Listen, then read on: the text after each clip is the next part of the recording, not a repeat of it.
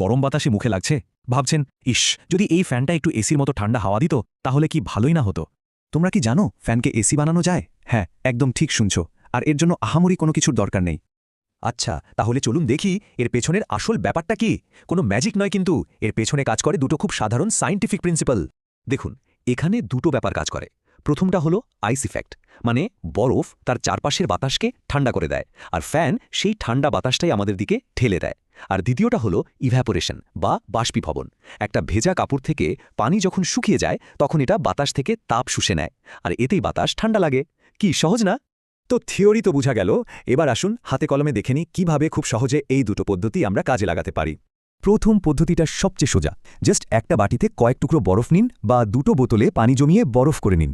এবার ওগুলো ফ্যানের ঠিক সামনে রেখে দিন। ফ্যানটা চালিয়ে দিলেই দেখবেন কয়েক মিনিটের মধ্যেই ঠান্ডা বাতাস লাগা শুরু হয়েছে। ব্যাস, এতটুকুই। ধরুন হাতের কাছে বরফ নেই, কোনো সমস্যা নেই। একটা তোয়ালে বা যে কোনো সুতির কাপড় ঠান্ডা পানিতে ভিজিয়ে নিন। ভালো করে চিপে নেবেন যাতে টপ টপ করে পানি না পড়ে। এরপর ওটা ফ্যানের সামনে ঝুলিয়ে দিন, দেখবেন বাতাস ঠান্ডা হয়ে গেছে।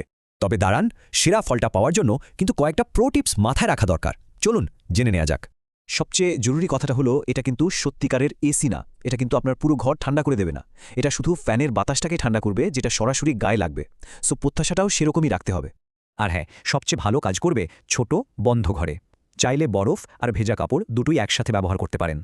যদি সিলিং ফ্যান হয়, খেয়াল রাখবেন যেন পাখাগুলো ঘড়ির কাঁটার উল্টো দিকে ঘোরে, আর ফ্যানের পাখাগুলো অবশ্যই পরিষ্কার রাখবেন। অপ্রয়োজনীয় লাইট বা কম্পিউটার বন্ধ রাখলেও কিন্তু ঘরটা কম গরম হবে।